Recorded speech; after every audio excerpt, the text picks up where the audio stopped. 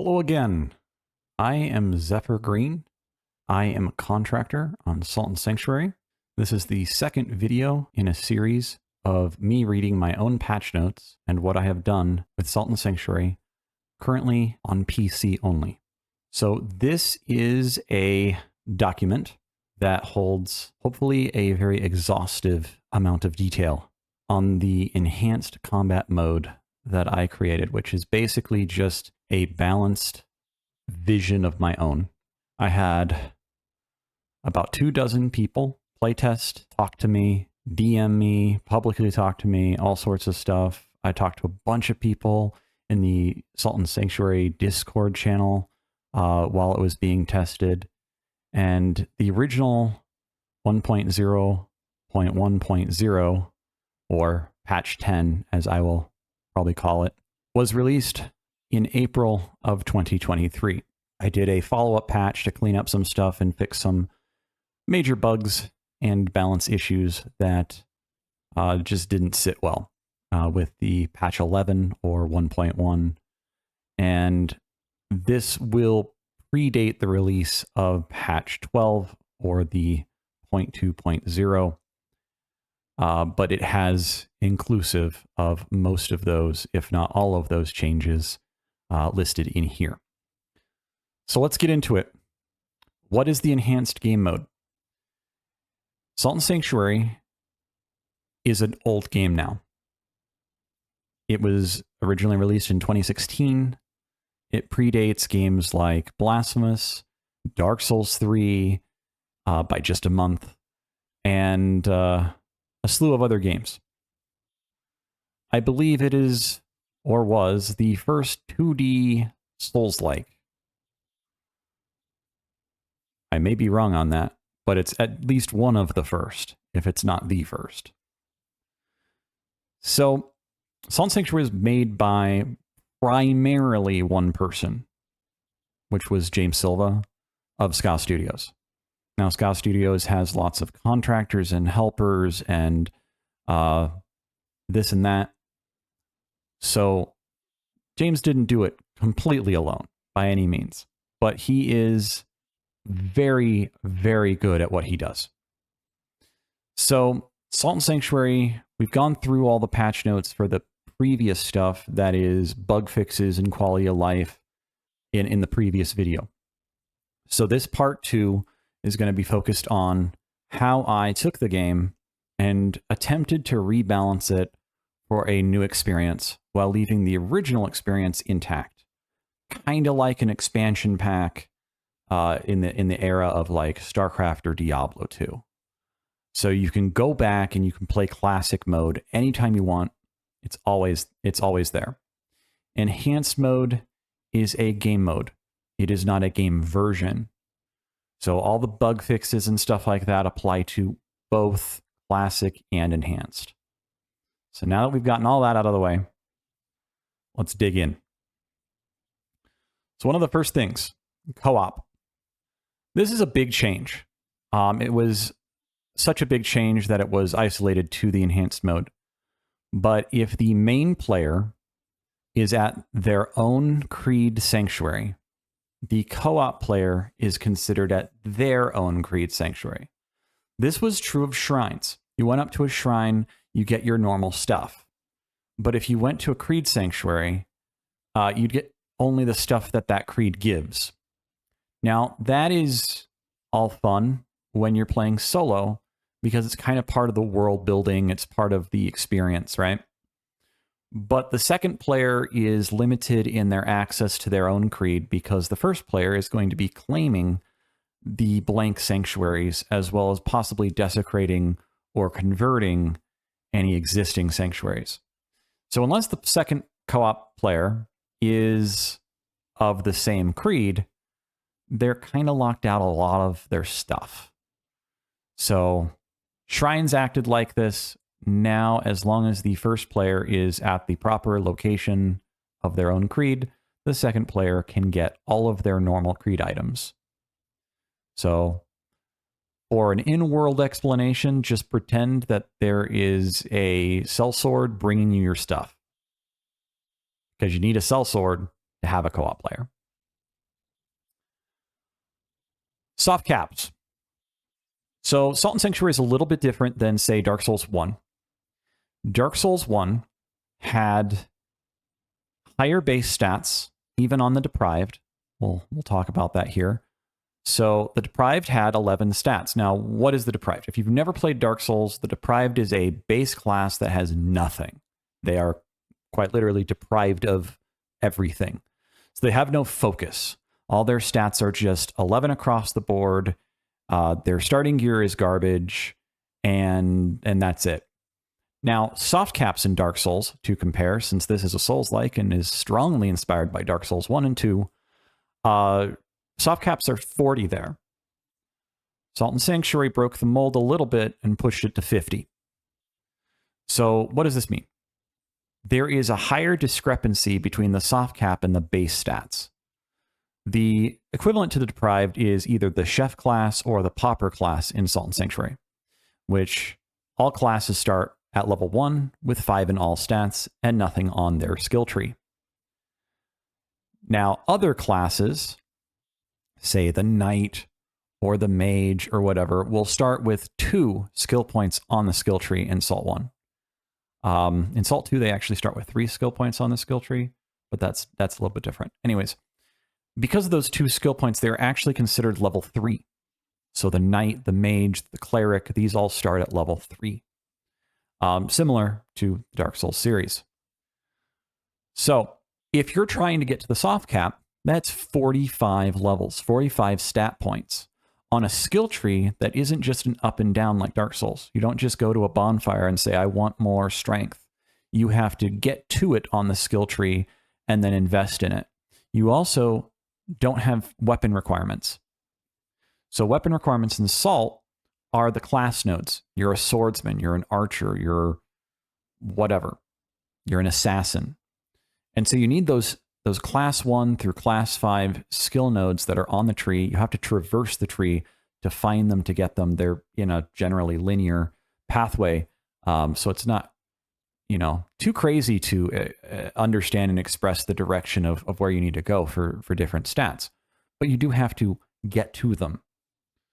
So one of the difficulties with this is naturally that split stats, what are commonly called the quality weapons in Salt and Sanctuary, mostly didn't feel great. They were pretty bad. Now, they came online usually in super late game or even New Game Plus, but they didn't feel great unless they were blatantly overpowered or overtuned in some fashion, such as having the strength scaling be massively stronger than the dexterity scaling. But then this also came into an effect of it only works with strength weapons because of the 2-handed bonus on strength, both in Dark Souls and in Salt and Sanctuary. So I did a rework of this in my mod, Desalinated, which is now defunct for the most part. And I mimicked a very similar number scheme for this as well. It's actually lower in the enhanced mode than it was in Desalinated because I didn't go through and touch every weapon in Desalinated. I just slapped a number in there and called it good. It wasn't good. So anyways, we now have separate soft caps based on the amount of total stats used. So if you have a pure strength or pure dexterity or pure arcane magic weapon, it just needs 50 stats. That's still 45 points of investment. That's way more than the 29 points of investment that Dark Souls would have. Now we move over to the 2 stats. This is your strength dex, your strength magic, your dex magic, whatever. Instead of requiring 45 points, it now requires 50. Because you start with 5 and you have to get to 30. So it's 25 times 2. You can see that down here. I have them pre-written there. So each of these steps is 5 more, approximately 5 more stat points. So a tri-stat weapon, and there are quite a few of these, and many of them really took a while to come online and or just kind of sucked, now only require 23 stats each, which is 18 points of investment times 3, which is 54 total stat points. So you notice that this is stair-stepping up. There's an intention to this. 1, Salt 2 did this. 2, because you start with 5 all stats and because there is equipment in Salt and Sanctuary that gives you bonus stats, such as the gloves that give you +3, there's a hat that gives you +3 magic, there's rings that give +3 of almost every stat. It is very easy to get to these stat caps. And I mean, it is truly very, very easy. And I have some breakdowns below that I'll talk about. So there are no weapons that use 4 stats. This would be like strength, dexterity, and magic, and whatever, and wisdom or something. There's no weapons that currently use that, but it is an allocation within the code if someone was going to mod it, because the game supports 4 stats by default. So mods in the past for classic or mods in the future for enhanced do support the math and calculations for 4 stat weapons. So what does this mean? All in all, it means that you still need quite a few stats to invest into your skills. You still have to traverse the tree, which means you still have to get the weapon classes. So there's a lot going on there, and it's just different from Dark Souls. So most people have said that they love this change. Really appreciative of it. Tell me what you think. And we'll move on to the strength bonus. This one is probably less beloved, but was necessary to keep the game balanced. Again, because of number differences between, say, Dark Souls and Salt. The strength bonus from two-handing weapons now scales down for multi-stat weapons. So it is normally a plus 50% bonus to all of your strength. Then if you have a quality strength dex weapon or strength arcane weapon, you are only getting plus 25% strength. Now, don't panic. This is still extremely powerful, and I'll show you why. So, first of all, you can get 3 strength from gloves and also a ring. At level 10, and so, okay, I'll jump back up here. Requires strength to be 34 if two-handing a pure strength weapon, 24 if two-handing a strength something else weapon, and 20 or 18 respective to these other numbers. So, you are saving 16 skill points if you two-hand a strong single stat strength weapon. You are still, however, saving 6 skill points if you're two-handing a quality weapon. And with basically meta issues, you can have at level 10 with items in the Sunken Keep be basically almost capped out. You can have 15 plus or 15 or more strength, and at two-handed, you'll have somewhere between 18 and 19 strength. And we're talking, this is probably very under-leveled for the area that you'd be at. So at a normal level, you're probably looking at something closer to level 18, maybe 20 something, depending on how much you grind, how much you farm, which means that you are going to hit this soft cap while two-handing very, very, very quickly, partially because these gloves, the gloves in the ring exist. The blacksmith gloves are a free pickup in the Sanctuary of the 3, and the ring is in the Sunken Keep. So that's plus 6 strength right there. That's 6 levels of stats. So that is why we are downgrading this. So a triple stat weapon, and many triple stat weapons are one-handed, such as a whip or a one-handed sword. They're going to be focused significantly less on this two-handing bonus, which I think is pretty fair. You're going to have 3 different stats going on. You're not really focused on two-handing it as much. You want to just use the weapon. The idea is to remove the dependence on it as it moves away from being purely strength. And it's just a divisor of the amount of stats. So 50 divided by 1, 50 divided by 2, 50 divided by 3, or 50 divided by 4. Again, there's no 4 stat weapons, but support is there. It's just math. So still very good very strong. You're still saving a ton of stat points. And then you've got stuff like this, where if you save 6 stat points, you're actually spending less. You're saving 16 stat points here if it's a pure strength weapon. And that allows you to multi-class, side class, level up your endurance, etc. There's also less total stats, I believe, in Salt and Sanctuary as there are in Dark Souls. So there's no attunement slots or vitality stat in Salt and Sanctuary 1. Moving on. Other soft cap changes. Health per level was set to 40 because internally, some things were still using a soft cap of 40 and other things were using a soft cap of 50 because it changed somewhere in development. So health per level now soft caps at 50 instead of 40. This means you get somewhere around 10 or 12 extra health up to that point. So just a little bit of a bonus, nothing too crazy, subtle, and definitely background noise, but helpful. Armor per level. This was not shown in the UI. This was a bug fix in patch 9. You gain armor per level of 1 and 1/8, or 1.125. The UI was only showing the 0.125 instead of the whole number. So behind the scenes, you were getting the full value.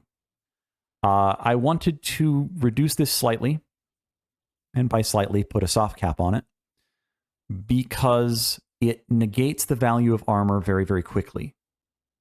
As most of you know, Salt and Sanctuary uses a very basic diminishing returns formula, where the effective health percentage is linear, but the percentage damage reduction is effectively diminishing towards or approaching 100%. Can't get over 100% damage reduction. So this means that as you approach kind of the mid-game, you do get a little bit of extra health, but you're going to be getting less total armor. And it is a soft cap. There are 2 types of soft cap. Typically stats that give damage give the full soft cap of 10%, and soft cap is used for other things like willpower or focus. So it's a soft cap. So instead of 9/8, you'll get 4.5/8. Yeah, you get the idea. What does this mean? It means probably something pretty simple. Considering most people are probably beating New Game or the original playthrough at little maybe 75, 80, you're looking at 25 levels of armor reduction. So this is 14 armor less if you're just beating the game around level 75. 14 armor less. That's all stats, all strike, slash, fire, poison, whatever. But you're getting a lot up to that point as well. So carry weight has been improved very slightly. 1.5 carry weight, which is the old endurance value. So you get 1 extra endurance at level 1, basically. And then carry weight per endurance has also been increased. Again, ever so slightly, but this does make a difference. And this is combinatorial, or in other words, it combines with another effect to be quite strong. So many weapons and armors were also reduced in weight or re-standardized in weight to be closer together.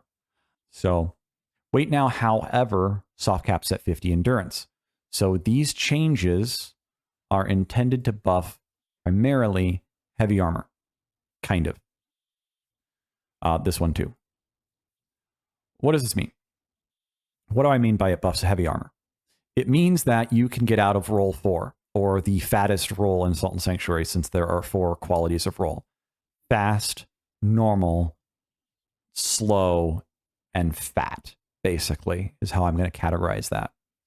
So if you're wearing heavy armor and you invest in endurance, I believe that you should be able to get out of roll 4 pretty easily.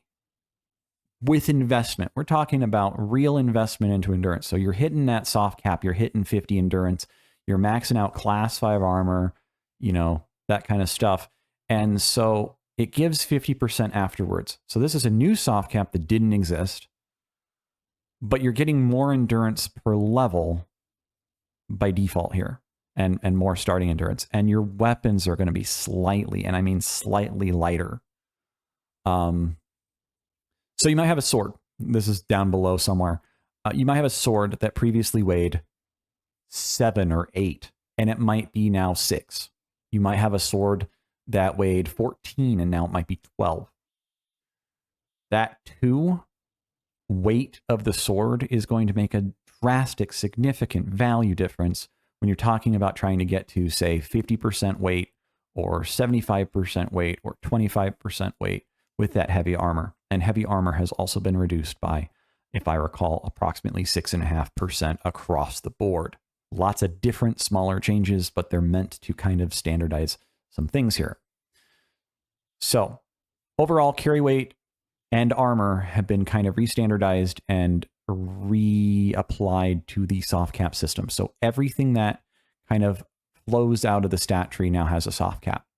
Everything that you get out of your character acquires the same soft cap instead of 40. Things like that. Poison threshold. This is a little different. Poison threshold per 100 armor was really, really high. It was like 5. This has been halved to 2.5. What in the world am I talking about? Poison is complicated and it's easy at the same time. So when you strike something with a poison weapon in Salt and Sanctuary, you do 1.5 threshold with a melee weapon and 1.0 threshold with a ranged or throwing weapon. To trigger poison, you need to break above 3.0 if the enemy has 0 poison armor. So this means that a melee weapon takes 3 hits because it is greater than 3, not greater than or equal to 3 threshold. So it takes 3 hits to break through the poison threshold and actually trigger the dot, the damage over time of the poison. Now, every hit is still applying poison damage behind the scenes. It is pulling that damage up. So when you finally pop the poison, it is actually ticking all of the damage that you've built up to that point, except for the damage that basically ticked off before you popped it. The damage in the pool is actually ticking away, even if the damage is not actually being applied. So you need to hit the threshold for the damage to apply, but it's ticking at the same rate all the time. It's doing 1/20th of the damage, basically, because poison damage lasts for 20 seconds. So 100 armor changed the threshold from 3 to 8.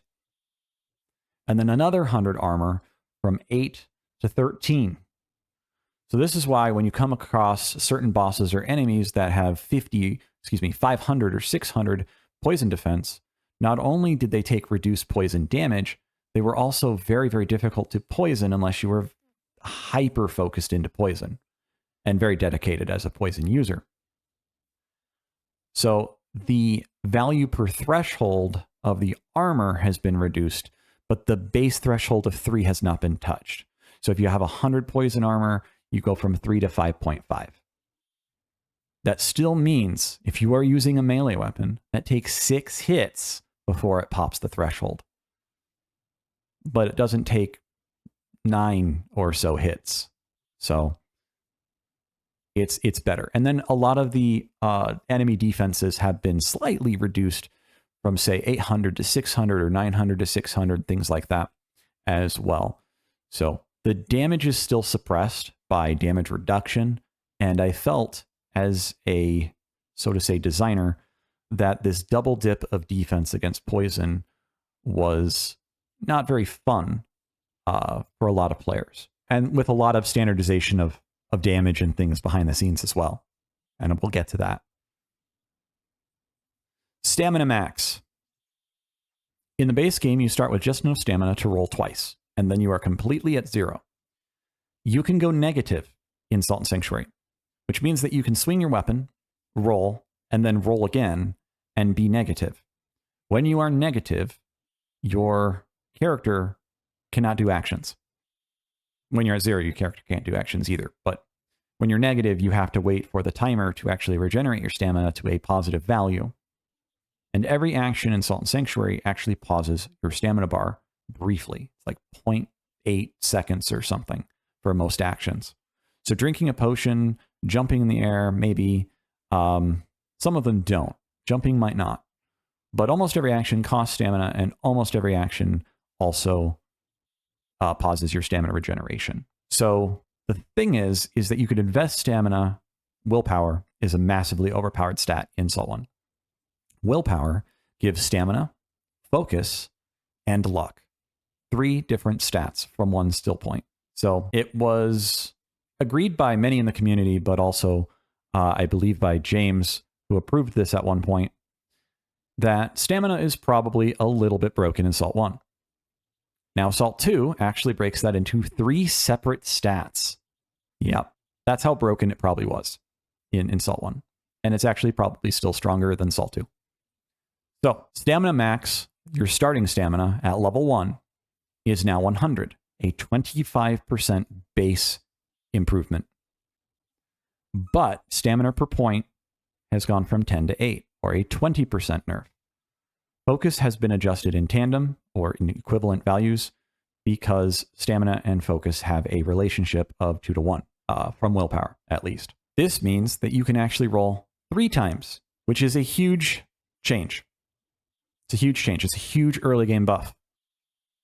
But there are downsides to this because it is a later nerf.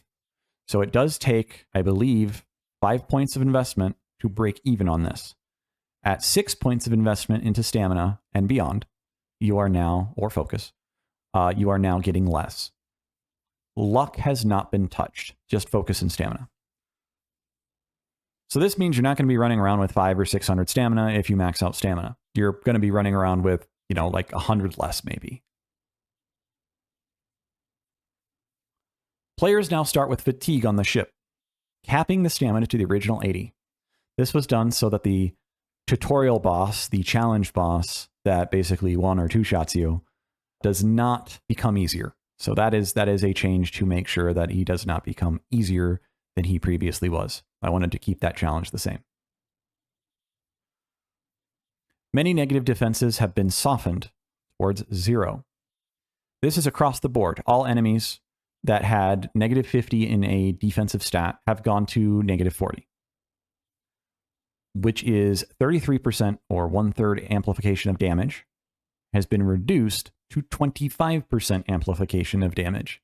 It is still extremely strong, and for most bosses, this means 1 or 2 less hits if you are extremely efficient with your elements. But you are still probably going to be killing most bosses in 6 or 7 hits if you're using a 2-handed weapon with a buff. Because elemental damage is just really strong in this game. And that's also true with, of course, mages. Mages are also extremely strong. So this is a very small nerf to the power of min-maxing an element. You're still getting quite a bit, though. My reasoning for this is I want bosses to effectively not be 2-shot. There were certain circumstances where if you were playing the game normally, you'd have this experience of fighting a boss. If you were playing the game with kind of a min-max build, you would 2 or 3 shot certain bosses and effectively never have to fight the boss or experience the boss at all. And as a, so to say, developer and designer, my goal is for you to actually interact with the game. So you can still probably 4 or 5 shot some of these bosses. You just won't 2 or 3 shot some of these bosses. You'll have to dodge once. Maybe. But it's primarily a difference on bosses. It does apply to all enemies, but it is mostly going to affect bosses instead of normal enemies, which don't have enough health to usually make a difference. Class skills require fewer pearls. Basically, what this means is that class skills, as your class requirements for weapons and armors and different things, they cost 1, 2, 3, 4, 5 in the base game in classic mode, so to say. This meant that you were sometimes trapped near the mid or late game with 3 skill points needing 4, or 3 skill points needing 5. And personally, I felt that that was very unfun to be trapped in a situation of you can't spend your points in a way that you want. You can't get that next weapon. In Dark Souls, if you need to wear a different weapon or armor that has some kind of requirement like strength, then you just go to the bonfire and you level up. You might be short, but you've used all your points. In Salt and Sanctuary, you could get stuck in a situation where you couldn't get to the requirements because you didn't have enough points to spend all at once. So interestingly enough, I discussed this a long time ago with James. I have no idea if that discussion influenced anything in Salt 2, but I am using a pattern both from Desalinated and Salt 2 in that you use less points. Desalinated did it differently, it executed this differently, but it's the same number of points in the Desalinated modded form as Salt 2 and this. So as a form of standardization, I chose the Salt 2 style over the Desalinated, which is way more complicated and messier and less useful. It was just not as good. So instead of being 1, 2, 3, 4, 5, it is 1, 1, 2, 2, 3, which means that you are less likely to be locked out of a class node. It also means that the class nodes give less stats, which has an extra bonus to many min-maxers. If you are using, say, swords, swords give strength, the sword class nodes. But if you are using a one-handed sword, you want dexterity. Now, many of the pathways around the sword line give dexterity. You can go dexterity left or strength right, and then come and converge to class 2 skills or class 2 swords or whatever. But the class 2 swords is still strength. So you're going to get 1 point of strength instead of 2 points of strength, which means that you can spend that elsewhere. You can spend that on dexterity elsewhere to get your damage. You're not locked out of the stats that you need. You're still locked into the stats that you need to invest in those points, though. So it saves 6 points in total, which means that you have 6 points to spend elsewhere. It does mean that you're traversing the tree quicker and that you can multi-class more, which I see very little downside to being able to multi-class a little bit extra. Elemental weapons.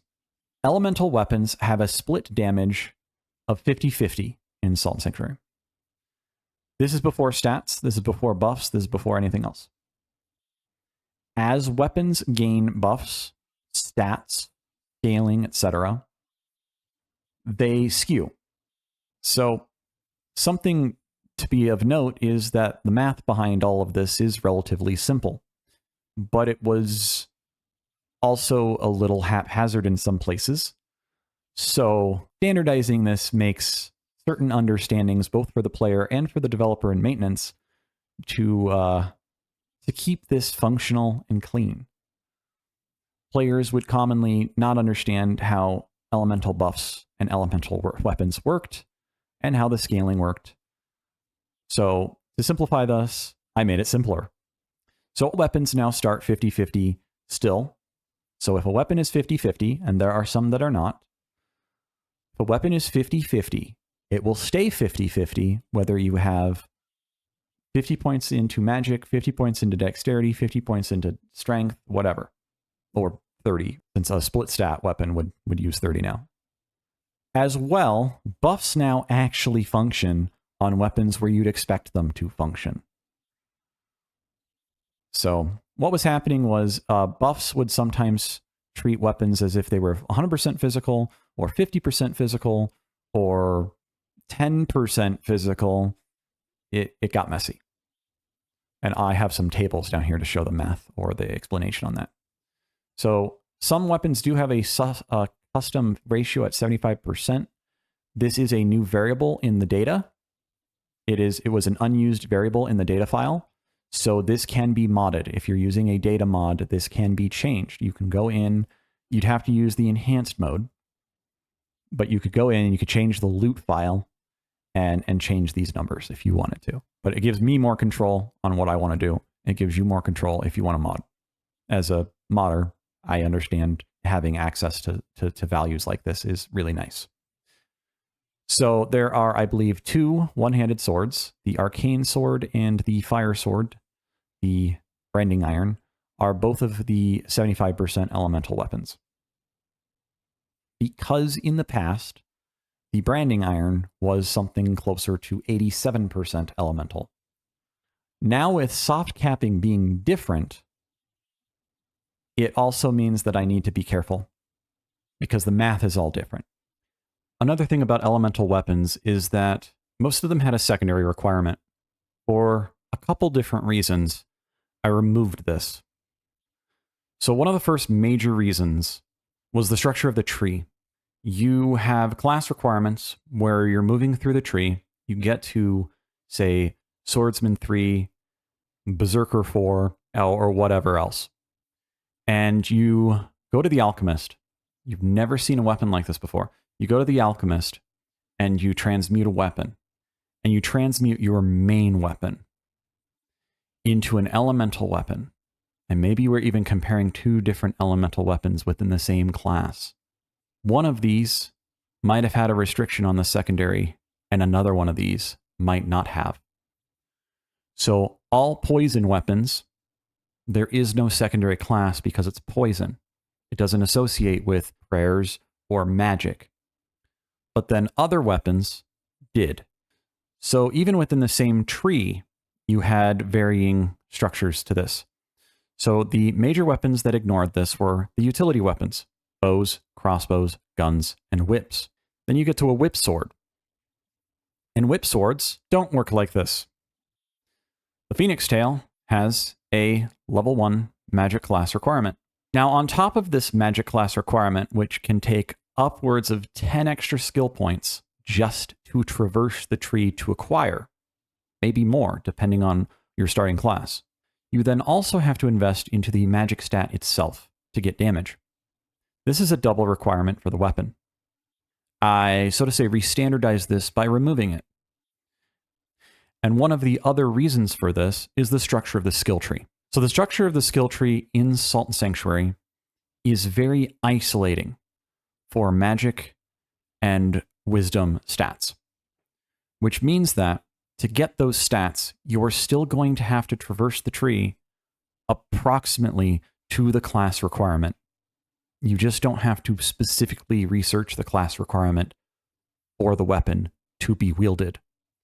You will, however, lose significant amounts of damage because you don't have the stat requirements of the damage. So an example of this, the Shikamura, the arcane one-handed sword, deals strong arcane damage. It is a tier 4 or class 4 sword. You need to collect materials to craft the weapon, and you need stats to wield the weapon and actually deal damage with it. It is a high magic stat scaling weapon, which means that you need strong amounts of magic stat to make any use of this weapon in the long term. So in the skill tree, if you look at where all the magic nodes are, there are no magic nodes, magic attribute nodes, scattered through the tree. They are all one location, next to staves, wands, and magic user, in a little orb that is meant to look like kind of a magical orb. So to traverse the tree all the way there, you're going to still have to traverse 8/10 of the way there to get those nodes. And then eventually you're going to run out of nodes to actually get enough stats to max out the weapon. And there is only one magic stat node that is exposed anywhere on the grid, and it is right below these utility weapons. And that one node is just one node. You can only get 5 stat points there. It is locked from the inside by a class node itself. So you still have to traverse the tree and get basically to the same point, but you can at least use the weapon in the meantime while leveling or fighting or moving through the game. Because there are instances, especially of new players, but even of old veterans that maybe never used certain transmutes. They transmute a weapon, they realize their mistake, and there's nothing they can do to undo it other than basically buying a generic weapon to replace it and then leveling up significantly to gain all those points back. But you still need those stats to make use of the weapons. This goes along, in style at least, of the less stat points being required, being allowed to move through the tree a little bit differently and having a little bit of a different experience in Enhanced. Enhanced is not just a balance mode. It is meant to be somewhat of a new experience, something different from the 8-year-old game that now exists. So buffs. Buffs and charm damage is now more consistent, calculated on total weapon damage. Now, for the most part, charms already were being calculated on total weapon damage. Most part. Buffs were only being calculated on the physical damage, and this included blacksmith upgrades. But it did include stats. So you'd have a weapon that had really high base physical damage, and such as the Obsidian Pillar, which happens, pure happenstance, I asked, Obsidian Pillar just happens to have the abbreviation of OP, overpowered. Purely happenstance. But the Obsidian Pillar was the outlier of this. Players found it, used it, it was fun. It is no longer in Enhanced. It's not as OP. Still strong, just not overpowered. Weapons would use that base physical damage without the stats. And since the Obsidian Pillar had one of the lowest stat gains in the game, it meant that it gained the most when you buffed it with an elemental weapon, or an elemental buff. So buffs and charms now are on total weapon damage, which means they do consider stats. They also consider everything else. Like I said, charms mostly did this, buffs didn't. But there are also some corner cases. There were situations where, because the code cut things in half, then buffs and charms had a special multiplier down here. This is what I'm talking about right here. So buffs had a 2.5 multiplier and charms had a 2.75 multiplier. So since the damage was already halved, the multiplier was really 1.25 and like 1.375. But it was still only on the physical damage. So for example, the branding iron, big outlier for physical elemental split, probably the biggest outlier in the game. Pretty sure it is. As you leveled it up, and as you gained stats, it gained a total 3.1 physical damage from dexterity. Pretty sure that's the right number. But it scaled super hard with an S tier scaling on the magical damage, the magical stat for fire damage. So when you put a buff on it, you'd expect the branding iron to take a fire buff really well, right? Not really, because it has high stat scaling. So when you put a fire buff on it, it would get 100% of the physical damage. And the physical damage there was halved because the other half of the base damage is fire.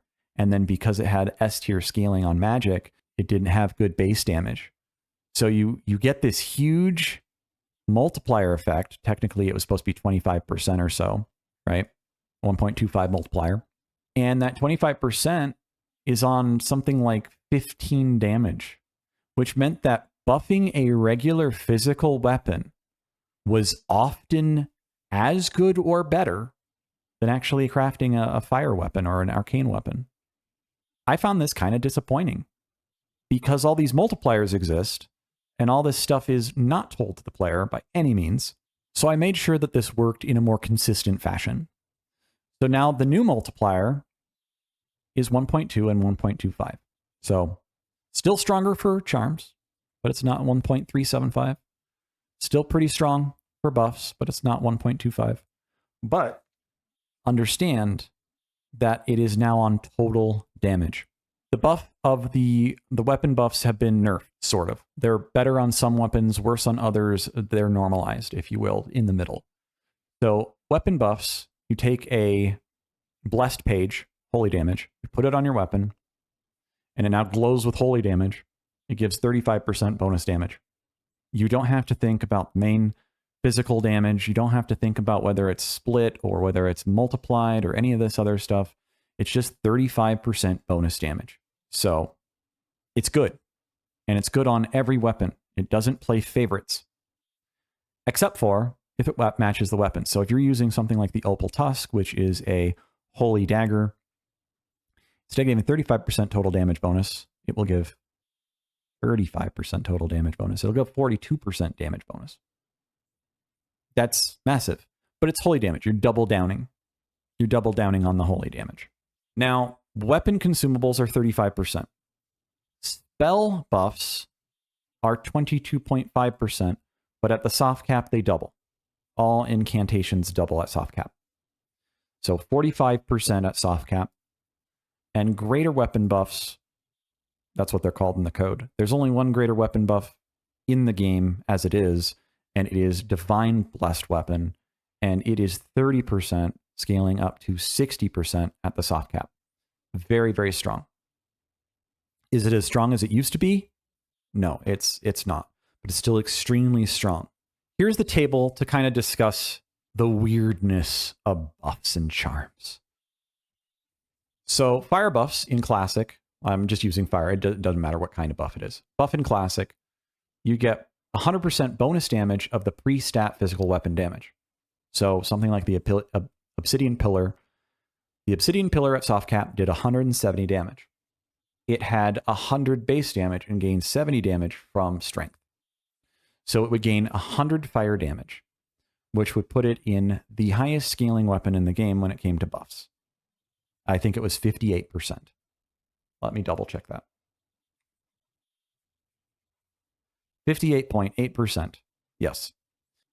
Then you could go along and get another weapon, and it's elemental, but it's not fire elemental. Let's say you have an arcane weapon. You'd get 50% of the pre-stat physical damage, but you get no multiplier because it doesn't match the stat damage. But you're not getting 100%. It is just a blatant, absolute slap in the face because, again, there's no way to see this. And the UI didn't show it either. Previous to patch 9. The UI didn't show this at all. So the only way you could figure this out was smacking things. Or breaking into the code and figuring it out. So putting a fire buff on an arcane weapon was basically useless, and any other mix and match that you could possibly think of. Because you needed to multiply this by 2 to hit the original damage. This was a fix, as far as I'm aware, in patch 7 or patch 8, long before I ever came on the scene, where the elemental had this buff, this multiplier, which was meant to fix, as far as I'm aware, this is pure conjecture, which was meant to fix this issue on matching weapons, but it didn't fix it on non-matching weapons. I think that's supposed to be 2.25 up here. Of course, it didn't work up here, or it didn't work as well as you'd think. Because it's pre-stat physical damage and a lot of elemental weapons, guess what? Most of them have high stat scaling somewhere, typically in the magic or the dexterity or something. So you want to put Envenom Weapon on a dexterity-based weapon? Not going to be very effective. That's too bad, because that makes perfect sense, right? You want to make a poison dagger or do more poison damage. So Envenom Weapon is one of the big winners here, because you're primarily probably using Envenom Weapon on high dexterity scaling weapons. So, same thing, enhanced. Well, same thing, but with enhanced. Now does 35% post-damage scaling. This means you're not getting 58% on the Obsidian Pillar, you're getting 35% on the Obsidian Pillar. But I have a solution for that to some degree. We'll talk about it later. You're getting 35% over here as well. So you can mix and match your elemental and your fire damage or whatever. By using a poison weapon, a holy weapon, whatever, it's not invalidating your creed choices or your itemizations. It's not invalidating you somehow secretly behind the scenes and giving you almost nothing. Because this right here, this could be a situation where even at high levels of something, you were only getting 5 or 6 damage. Terrible. Absolutely atrocious. So here, you might be getting 12 or 15 damage. Way better, right? And it's no longer going to be following the stat values. Furthermore, we're going to go over here. This scaling is going to be in favor of any kind of matching of weapons. You're going to get 42% fire damage from a fire weapon. and it doesn't matter the physical damage. I know I'm repeating myself, but I want to make sure that this is extremely thorough. So you can skip ahead if you don't care, but I just want to make sure that this is extremely thorough because it was a conversation that I've had with multiple users, and some didn't like the idea of change and some did like the idea of change because, yeah, it simplified it. They didn't have to know all the behind scenes math to understand what was going on. I get this much damage. It's good. I don't have to worry about it. So charms. Charms worked slightly different than buffs. They were in a different section of code. So they gave post-stat damage. Yep. They were different. Then you get to an elemental weapon, and it'd give post-stat damage, right? Then, elemental weapon with blood charm. So this is consistent. Blood charm is still extremely good. Blood flower charm, by the way. Fire charm. Okay, put it on a physical weapon. It works just like blood charm. It's perfect. It's just consistent. Put it on an elemental weapon. It's bad. And I mean, it's half as effective. Well, that's disappointing, right? Oh, but you matched the elemental weapon because you're not crazy. You're going to do fire on fire, right? Oh, it's okay. It's okay, right? But it isn't. See, because I've tricked you, sort of, maybe. So this is actually only on the physical damage. So we've got a weapon skew here because it's on the total stat damage, but it's on the physical portion of that. And magical weapons, specifically like fire, arcane, and holy, are going to skew towards the elemental factor. So this 5% post-stat physical damage may only be 2% of the weapon's actual total damage. May actually only be that small. And so over here, yeah, we're getting a multiplier, but it may actually only be 7% or 8% or 9% or 10%. You don't know unless you do the math. And no one's going to do that. And if they do that, they shouldn't have to. That shouldn't be a requirement to understand how such a simple bonus actually works. Then Fire Charm Enhanced, Elemental Charm Enhanced. Same here, better here, kind of similar here. So you can see how this is really like 37% bonus. You're getting like 13.75 or something damage instead of 12% damage. We're, again, talking about numbers that are generally pretty small here. But I just wanted it to be a rounder number, if you will. 25% versus like 37.5. And this also reins it in. I want to remove extreme values from hidden mechanics and broken mechanics. And trust me, there's a lot of situations where people will come to me or James and say, hey, I found this thing. This is a really cool like design choice. What made you do this? Oh, that was a bug. Whoops. Yeah, it's not a secret. A lot of these things were not necessarily meant to be secrets. They were meant to be bugs, and then they were fixed or partially fixed with like multipliers and things. And like this number kept fluctuating in older patches. From what I understand, this fluctuated back and forth between like 100% and 50%. It's a mess. I think patch 7 removed it or reduced it, and then patch 8 returned it back to normal. And then patch 8, I think, also added this multiplier to matching to kind of fix this issue. So anyway, that's it for buffs and charms. A lot of numbers, a lot of boring, repetitive stuff. But hopefully I explained it thoroughly enough. There are no more questions on this because I want this video to be a one-stop answer everything.